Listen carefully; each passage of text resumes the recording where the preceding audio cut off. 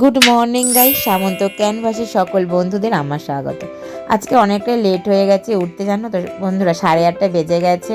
তো গাছগুলো দিয়ে ওখান দিয়ে আলো আসে, জানালাটা খুলে দিলাম। তো ভূমিকাকে ভাত করে দিতে পারিনি, ম্যাগি করে দিয়েছি, আর ম্যাগি খেয়েও গেছে, নিয়েও গেছে। এদিকে স্কুলে দিয়ে আসতে গেছে, এটা হচ্ছে ভূমিকার বেস্ট ফ্রেন্ড ঢুকলো, অনন্যা।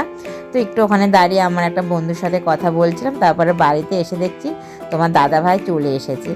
আমার তো ভয় লেগে গেছে, দরজা খোলা কেন? তো দেখলাম তোমার দাদাভাই চলে এসেছে, চাবি ছিল বলছে।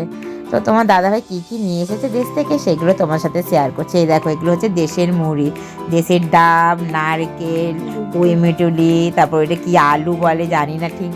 তো এই বেগুন, তারপরে যে লম্বু, এই খাবারটা আমি আগে কখনো খাইনি, জানো তো, এই প্রথম ফার্স্ট টাইম আর কি খাবো। দেশের বড়ি, এটা হাতে তৈরি করা বড়ি, খুব স্বাদ হয় তরকারিতে দিলে। তো যাই হোক, এইসব জিনিস নিয়ে এসেছে। তারপরে রান্নাবান্না করে খাওয়া দাওয়া করে তোমার দাদাভাই বেরিয়ে গেল ডিউটিতে। আমি আবার বিকেলে বেরিয়ে পড়লাম আমাদের ডিউটিতে।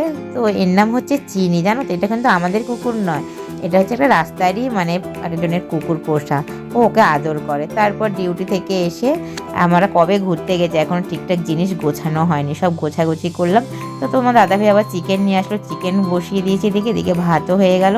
তো খাওয়া দাওয়া করো, এবারে ভিডিওটা এখানে শেষ করলাম। Good night.